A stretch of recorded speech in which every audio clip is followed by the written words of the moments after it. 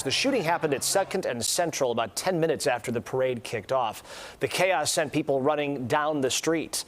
And in addition to the 6 people killed and about 24 hospitalized, it's not clear whether they were all shot or if they were hurt in a subsequent stampede. Yeah, we also learned that when the question was asked of whether they had an identity on this gunman, he said at this point there's nothing he could say about that, so we don't know if that is actually the case and they're just withholding that information or if they're still looking to identify this person. What we do know is that gunman, that man, is still at large. We want to go to our Tim McNicholas because he has been in touch with a family of one of the victims, one of the men that was actually killed out there at the Highland Park parade. We're hearing from that family now, and actually Tim joins us live.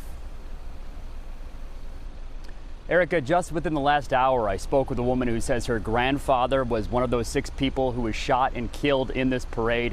His name was Nicolas Toledo. He was in his late 70s, and his granddaughter tells me that he loved to go fishing, he loved to take walks in the park, and obviously he loved spending time with his family. His granddaughter's name is Kimberly Rangel. She says she was planning on attending this parade with her young daughter, but she says there was a marathon in her neighborhood in Mundelein, so she couldn't make it out, and now she is beyond grateful and thankful for that. Rangel says her mother called her, and she describes this as the most heartbreaking phone call imaginable. Her mom informed her that Nicolas had been shot and killed.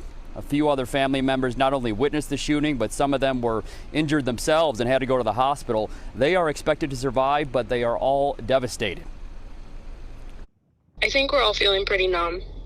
We're all pretty broken inside. I think you hear about these things on the news all the time, but you don't expect it to happen like so close to home, and especially to your family.